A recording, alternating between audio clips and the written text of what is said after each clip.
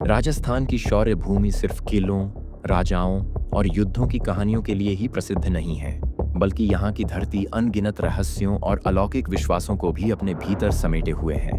उन्हीं में से एक स्थान है उदयपुर से लगभग 70 किलोमीटर दूर झाड़ोल तहसील की पहाड़ियों की गोद में बसा एक प्राचीन स्थल, कमलनाथ महादेव मंदिर। यह स्थान न सिर्फ अपनी प्राकृतिक सुंदरता और आध्यात्मिक शांति के लिए जाना जाता है, बल्कि इसके साथ जुड़ी एक अद्भुत और चौंकाने वाली परंपरा के कारण भी यह श्रद्धालुओं और इतिहासकारों के बीच जिज्ञासा का विषय बना हुआ है। यहाँ भगवान शिव की पूजा से पहले रावण की पूजा की जाती है। यह परंपरा हजारों वर्षों से चली आ रही है और इसके पीछे की कहानी में इतना रहस्य छुपा है कि यह स्थान साधारण मंदिर नहीं, बल्कि एक रहस्यमय तीर्थ बन जाता है।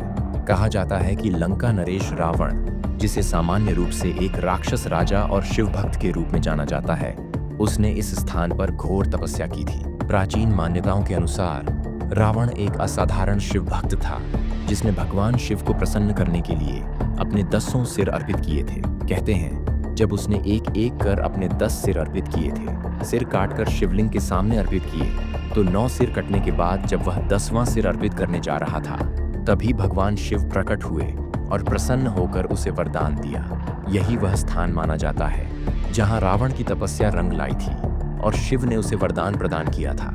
इस घटना के बाद से ही इस मंदिर की परंपरा में रावण की पूजा को सर्वोच्च स्थान दिया गया। यहाँ शिवरात्रि के पर्व पर पहले रावण की पूजा होती है, फिर भगवान शिव की। यह परंपरा मंदिर के पुजारियों द्वारा पूरी श्रद्धा के साथ निभाई जाती है। मंदिर के मुख्य गर्भगृह के बाहर एक छोटा सा स्थान है जहां रावण की प्रतीकात्मक प्रतिमा या उसका नाम पहले स्मरण किया जाता है और तभी शिवलिंग की पूजा आरंभ होती है। इस नियम का पालन इतना कठोर है कि यदि कोई भक्त रावण की पूजा किए बिना सीधे शिव की पूजा करता है तो उसे मान्यता नहीं मिलती। यह परंपरा केवल धार्मिक ही नहीं, बल्कि दार्शनिक रूप से भी बहुत गहराई रखती है। यह इस बात का प्रतीक है कि भक्ति में जात पात, देव असुर, पुण्य पाप से परे एक समर्पण की भावना होती है।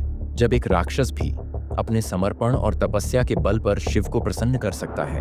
स्थानीय लोगों का मानना है कि कमलनाथ महादेव मंदिर की गुफाएं आज भी रावण की तपोभूमि के रहस्यों को अपने भीतर छुपाए हुए हैं। यहाँ कई गुप्त गुफाएं हैं, जिनमें से कुछ अब भी सामान्य जनमानस के लिए बंद हैं और कई बार इन गुफाओं से रात में आवाजें आने की बात कही जाती है। ग्रामीणों की मान्यताओं के अनुसार रावण की आत्मा अब भी इस स्थान के चारों ओर मंडराती है और शिव की उपस्थिति में उसकी भक्ति की स्मृति को संरक्षित रखती है। इसके अतिरिक्त कई साधु संतों और तांत्रिकों द्वारा इस स्थान को अत्यंत शक्तिशाली ऊर्जा का केंद्र माना गया है और यहाँ साधना करने से विशेष सिद्धियां प्राप्त होती हैं। यह दावा कई वर्षों से किया जाता रहा है।